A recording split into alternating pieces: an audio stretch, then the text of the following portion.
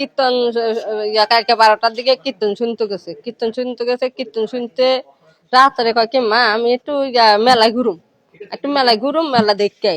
ও মেলা ঘুরতে গেছে গুন্ডা কত মনে কি আছে তা তো জানে না মেয়ে গেছে রে ওর গুন্ডারা বের করে লই গেছে মুখ চাপিয়া নিয়ে নিতে যে বাঘের ভিতর নিয়ে নি অক্সিডেন্ট করছে করি নিয়ে কুতন যারে ওই নিয়ে অজ্ঞান করি রোডের মধ্যে ফালাই থুসছি। সেখান থেকে উদ্ধার করে আমাগো চাঁদপুরের লোকে নিয়ে যারে হাসপাতাল ভর্তি করে একজনের নাম হচ্ছে রাসেল আর একজনের নাম রাকিব আর 3 জন। আমি বিচার চাই সরকারি ভাবে।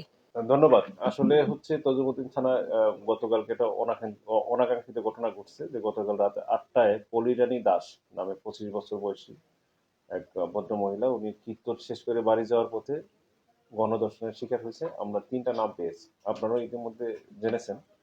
তো 3টা নামের মধ্যে অলরেডি একজন আমাদের অ্যারেস্টেড আছে, আমরা তাকে জিজ্ঞাসাবাদ করতেছি।